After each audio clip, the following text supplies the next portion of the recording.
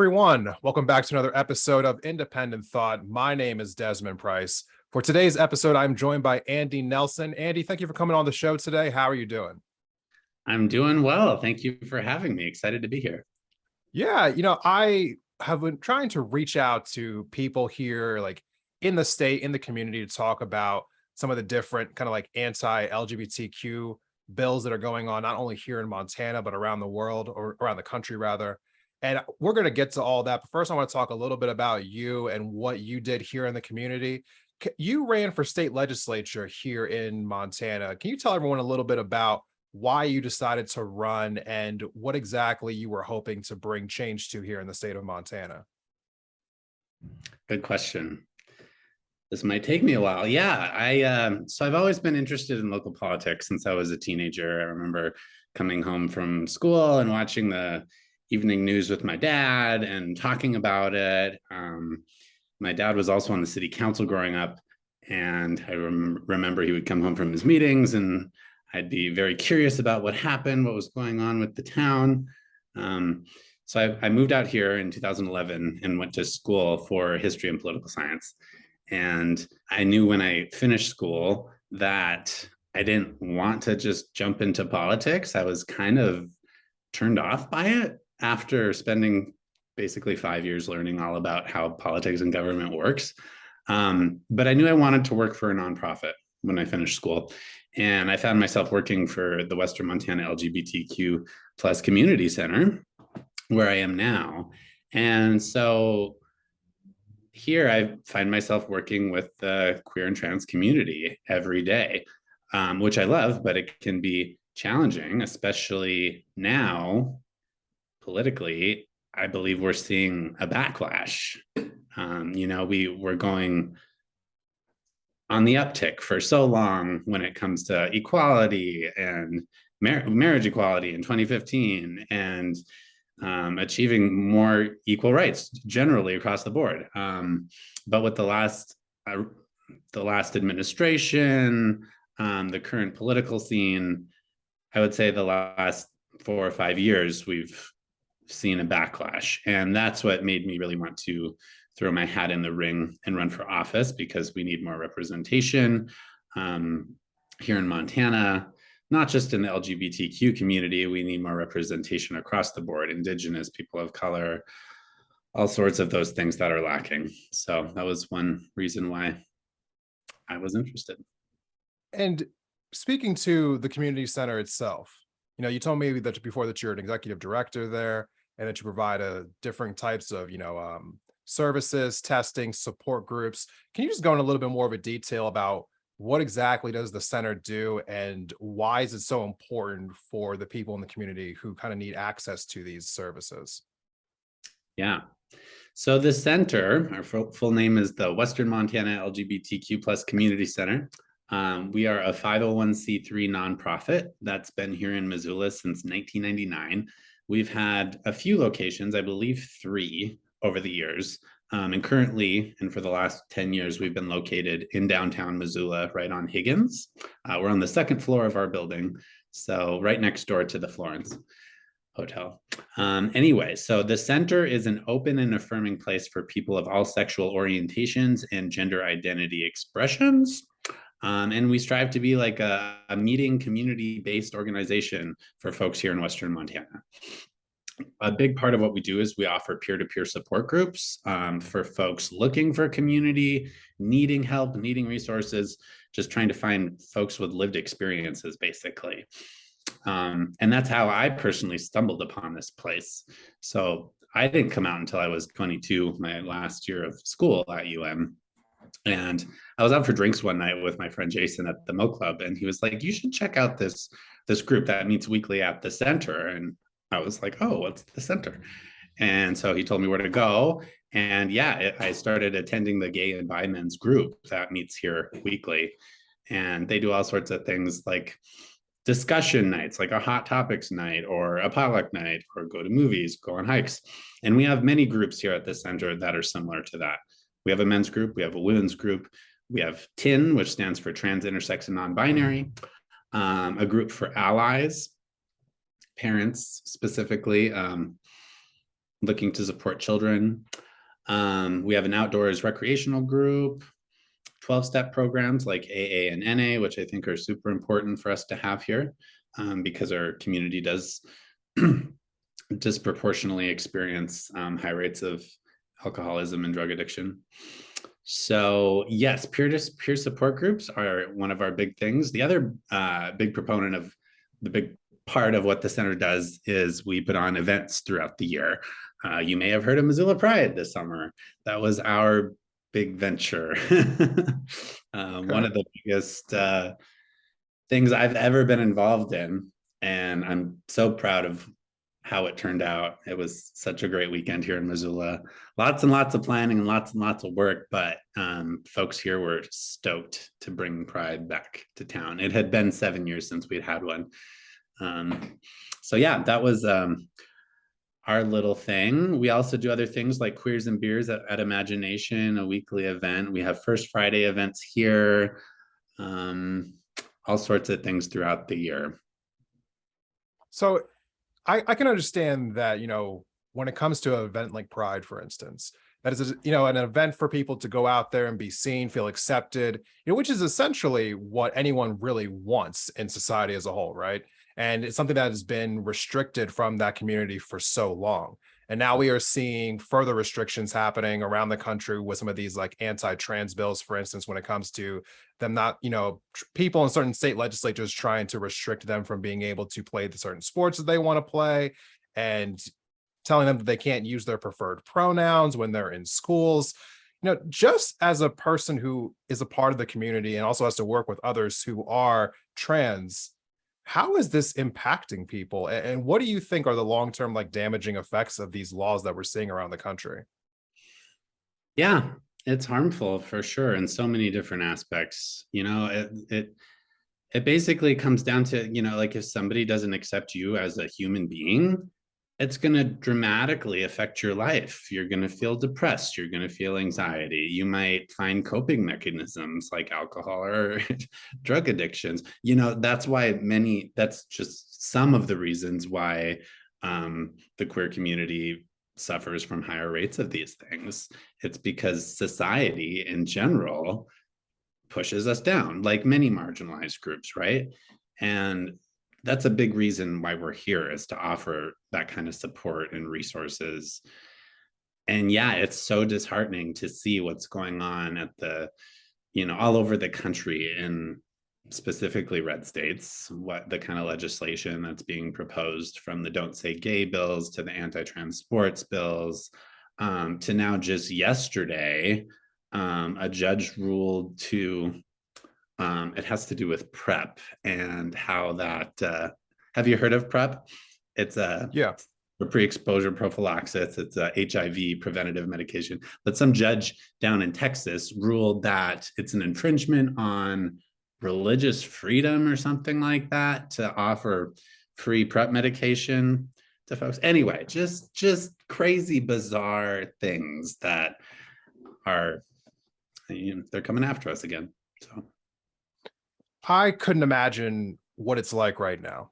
I mean, just like truthfully speaking, and I know that, just being a person of color, we have our own struggles here in the country, but it feels very unique to what's going on, like with the LGBTQ plus community. And I've also just seen very strange attacks that don't make any sense to me. Like, over the summer, as like drag queens were being attacked all over the place, people were coming after them for drag lunches, drag brunches, saying that they didn't want drag queens coming to schools, so on and so forth. What did you make of all of that? Was that just like hysteria, or what do you think is going on with the right kind of coming after drag queens in that nature? Yeah, they found their wedge issue. That's what I have to say. 2-3 years ago, drag queen story hours weren't being attacked at the rate that they at least were this summer. And they've been around for a long time. It's not necessarily a new thing. I would say maybe they've gained a little more popularity, but it's a new way for them to come after the community, specifically because children attend these things, right? So they're using new buzzwords like grooming. I've never heard somebody use the word grooming up until a couple of years ago. That's just part of their lexicon now to call us pedophiles. I have heard the word pedophiles and gay men in the same sentence before, and that's a huge stereotype that the far right likes to throw at us, which is not the case.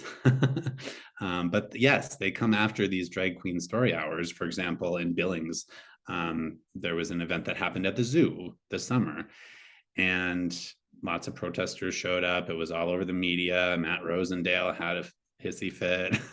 And yeah, the event went on as planned. The kids enjoyed it. The drag queens enjoyed dressing up and putting on a show. And what happened was some drag queens read a story to some kids and they enjoyed the afternoon. That's what it was.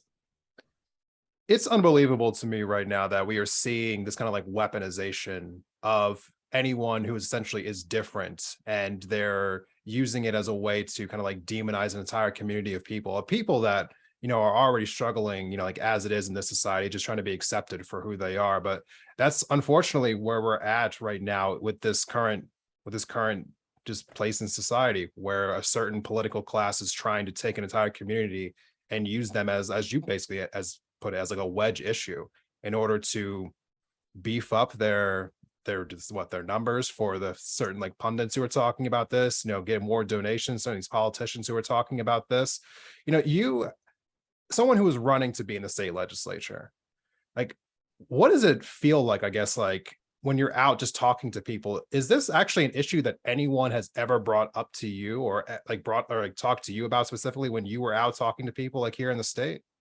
No, not not a single time did somebody at the doors, and I knocked a lot of doors, bring up how pissed off they are that drag queen story hours exist Right. or how pissed off that trans people play sports or that trans people exist. Not once. Not once was any of those things, anything LGBTQ plus related, their big concern. What their big concerns were housing. Their concerns were childcare. Their concerns were healthcare, the aging population being able to stay in their own homes that they've lived in for years, property taxes, climate change. So yeah, I could go on and on. So many more things that they were concerned about, but LGBTQ issues were not. I mean, many people were concerned, if I'd knock on their door and at some point they'd figure out that I was a gay man, many people would be like, I'm sorry to hear that this is happening. I see this in the news. They're more concerned about, that's crazy. Why are we even talking about this? It's 2021. Kind of more like that. Right. But yeah, they weren't, up on their high horse over the fact that, trans women are playing on the women's team or things like that. Right. So I appreciate you kind of like you saying that, because I think more people need to understand like what the reality is on the ground here. I know that a lot of times when we're talking about things that we're seeing online, it feels like maybe the whole country is kind of like warped into one sense. So it's good to have certain, I guess, more like clarity about some of the things that people are specifically experiencing here when they are out in the community interacting with people. We're going to take a quick break, and when we come back, we're going to have more with Andy Nelson. Please stay tuned.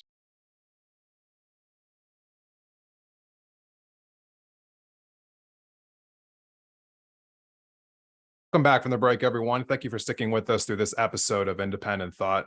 So before we went on the break, we were talking about the different ways that we're seeing the LGBTQ plus community just being attacked throughout the country right now. We talked about, anti-trans bills. We're talking about, the drag queen brunches being attacked, drag queen story hour being attacked, so on and so forth.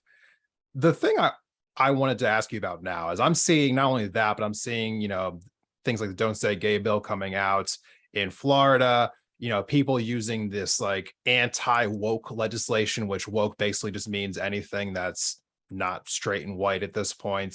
It's just their new umbrella term that they have.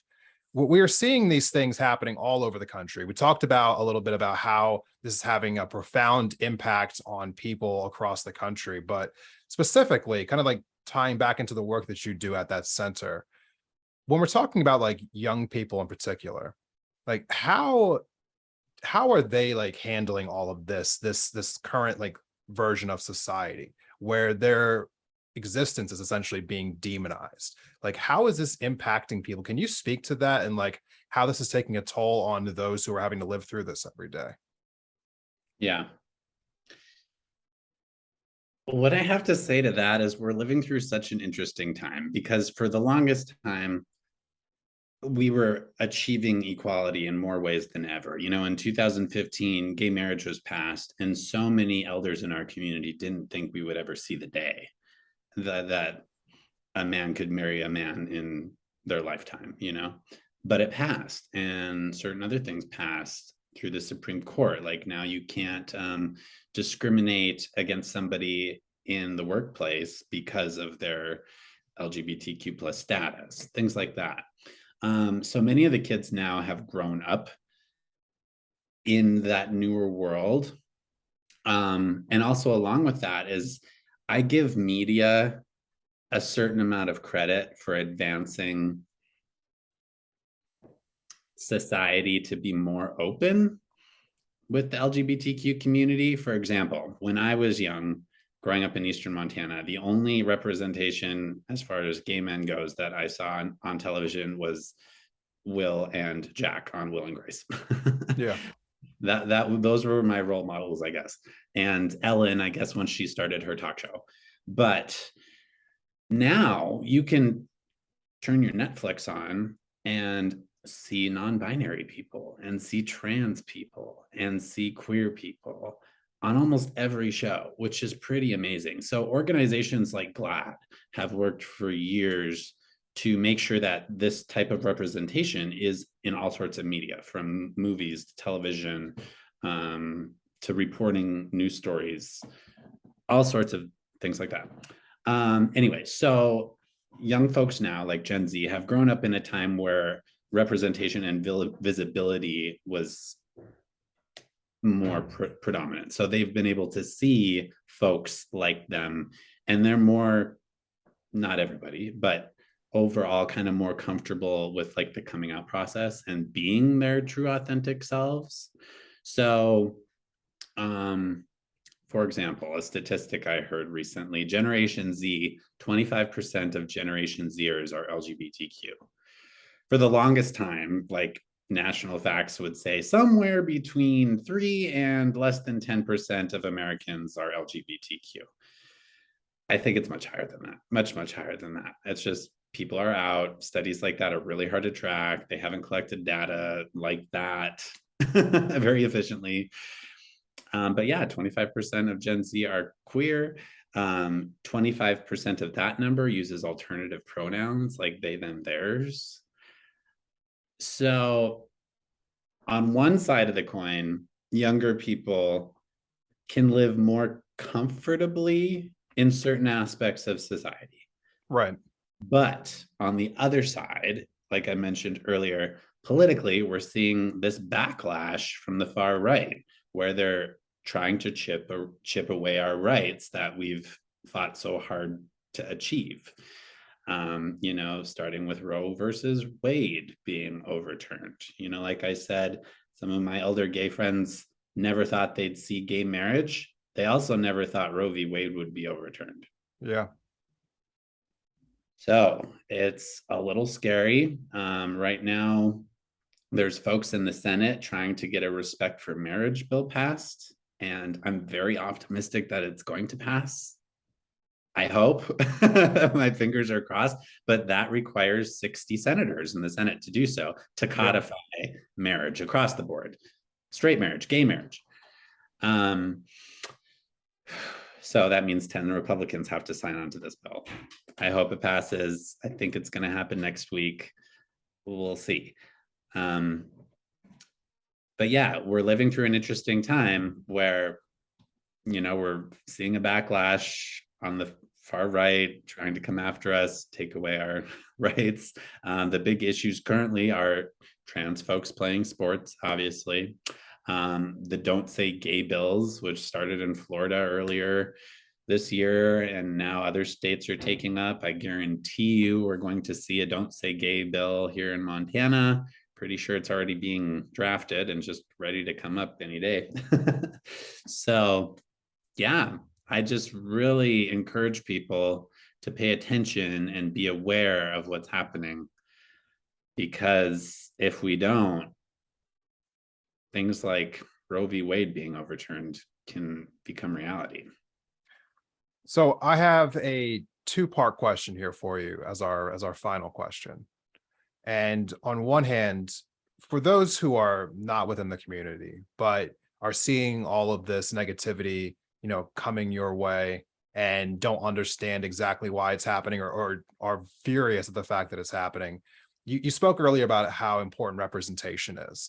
But besides that, what are some other like inclusive ways that people who are not a part of the LGBTQ plus community can actually help out those who are in it? And then the second part of the question is, what is your message to other people who are going through this moment in time right now? I mean, as far as like getting through the struggle of living through this moment. Mhm. As far as being an ally goes, be a listener. If an LGBTQ person comes to you with, my staff is leaving for the day. If an LGBTQ person comes to somebody with an issue or something directly related to their, orientation or identity or whatever, just listen, and that's what being an ally is in any form. If Be there for the person, offer to help in any way you can. Sometimes it's really hard to understand somebody else's struggles if it doesn't affect you directly. But learning to empathize can really change people's hearts and minds. And for example, I'll just tell my story about coming out a little bit here. Growing up in Eastern Montana, I didn't know any gay people, not a single one. And that's why I didn't come out living there. And that's why it still took me another 4 years of living here to be comfortable doing it. And so my parents didn't have any sort of resources to go off of either. So when I finally did come out, they didn't like understand the struggles of the gay community. It took a long time to learn from my parents how to empathize or why I'm so passionate about the issues I'm passionate about. And a lot of that is due to them just not really paying attention to like political issues, for example, that affect the LGBTQ plus community. If it doesn't necessarily affect you, you're probably not going to spend a bunch of time listening or reading about it, right? So that's why representation comes into play. So having these folks visible out there, having BIPOC folks and LGBTQ folks and Indigenous folks representing Montanans in Helena at that level, is just one way that representation can totally change the landscape, and people will pay attention and learn to understand and empathize struggles of certain communities, especially marginalized communities. And the second question you asked me was, folks in the community that might be struggling, find your chosen family is what I tell people. And that's a big part of the center and the work I do here is folks come here looking for community, looking for an alternative family or a chosen family, because many queer and trans folks don't have a relationship with their blood relatives anymore. Yeah. 40% of the homeless youth in our country are LGBTQ. And that's because their parents no longer want to have a relationship with them. These are minors, children under 18 years old, 40% are LGBTQ. And historically, this is something that we've had to do, is to find others like-minded, similar lived situations that we can lean on for support. So if anybody is going through a hard time, find folks that will support you, and the center is one place you can come. Thank you, Andy, for coming on the show today. I really do appreciate it, for talking with us about these issues. Speaking of the center, you said that you have some events coming up with that. We do all sorts of events. Tomorrow we'll be on campus for the rainbow, or not the rainbow, the welcome feast, the big thing they do to welcome back students. But the big thing I want to plug is our annual fundraiser, formerly the Black and White Ball. It's now called the Rainbow Ball. Will be held at the Holiday Inn downtown on October 8th from 5:30 to 11 o'clock p.m. Please come if you're looking for something to do. All folks are welcome, LGBTQIA plus and allies, everybody that's cool, please come. Tickets are $40 or $60 per couple. You can get them on our website or through our Facebook, on our Instagram. $50 at the door. Folks can also buy full tables if they'd like. And the Rainbow Ball is just a fun event. We raise money for the center. We're going to have a live band, the Jones Zen Band, who we love. We'll have drag performers from the Imperial Sovereign Court of the state of Montana, who we also love. And it's just going to be one hell of a good time. And our first time back doing this in 3 years because of that COVID thing. So we're excited to do it. All right. And I guess one more message about telling people to get out and vote, right? Yeah. If you're not registered to vote, please register to vote. I can help you. If you have questions, call me at the center. And there's many ways. There's you could Google Vote Early Day. You could Google Vote National Registration Day. Forward Montana is a great resource. MontPerg. There's so many super awesome, amazing groups around town, around Montana, around the country, doing the good work to get folks registered, because voting is part of being an American citizen. So we should be engaged, folks. Absolutely. Andy, thank you so much for coming on the show today. I really do appreciate it. For those who are interested, those links that were just described will be in the episode description. So go ahead and click on the episode description now, and you will see those links. Thank you, everyone, for checking out this episode of Independent Thought. We will see you in the next one.